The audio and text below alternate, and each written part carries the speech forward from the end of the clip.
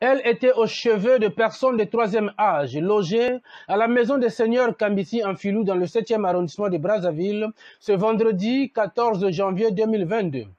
Elle, c'est Marie-Cécile Irène Mboukou Kimbassa, ministre des Affaires sociales et de l'Action humanitaire, qui est allée non seulement visiter cette maison d'accueil, mais surtout donner un don de médicaments, des vivres frais, des sacs de foufou, des riz, des bidons d'huile, boîtes de conserve, savon, eau de javel, entre autres. Devant la presse, la ministre a salué les conditions d'accueil ainsi que le travail abattu au quotidien par le personnel de cette maison. Mais je félicite les responsables qui ont en charge cette maison, cet endroit, la tenue.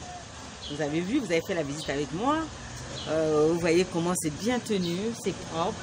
Les pensionnaires sont propres. Nous sommes rentrés dans les pièces, dans leur intimité, mais je les félicite. Madame l'assistante sociale qui est en charge ces locaux, je suis vraiment fière de vous dire bravo. Bravo parce que vous le faites, je ne pense pas à cause de l'argent, mais vous le faites parce que vous avez déjà un cœur d'amour. Et cela, j'interpelle tout le monde. Que tout le monde, tous les Congolais qui ont un cœur d'amour puissent venir ici, dans cette maison, apporter de l'amour aux parents ici. Parce qu'il ne faut pas oublier que nous sommes en perspective. Pour les personnes qui arrivent à vivre longtemps, nous sommes en perspective des personnes âgées. Et ça, le ministère des Affaires sociales et l'Action humanitaire, dont j'ai la charge, réfléchit.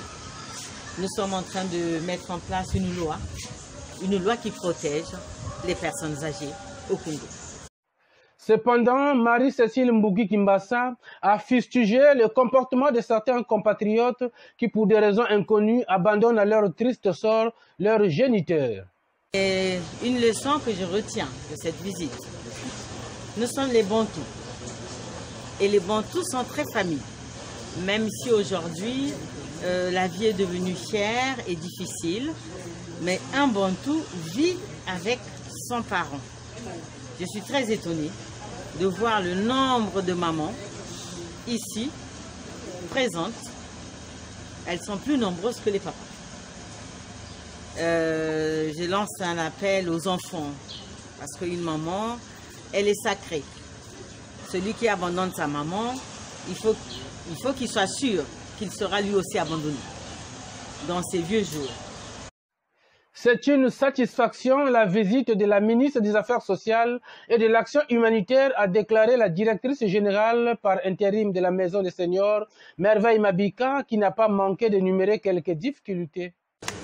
Nos impressions ne peuvent être que des impressions de joie, simplement parce que nous qui sommes sur le terrain, nous savons ce que c'est que entretenir des personnes âgées. Ça demande, mine de rien, beaucoup.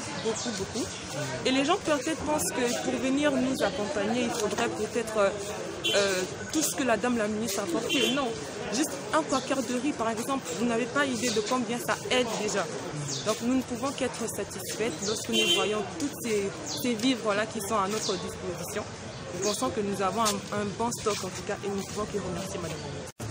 Oui, les difficultés qui sont les nôtres, c'est plutôt au niveau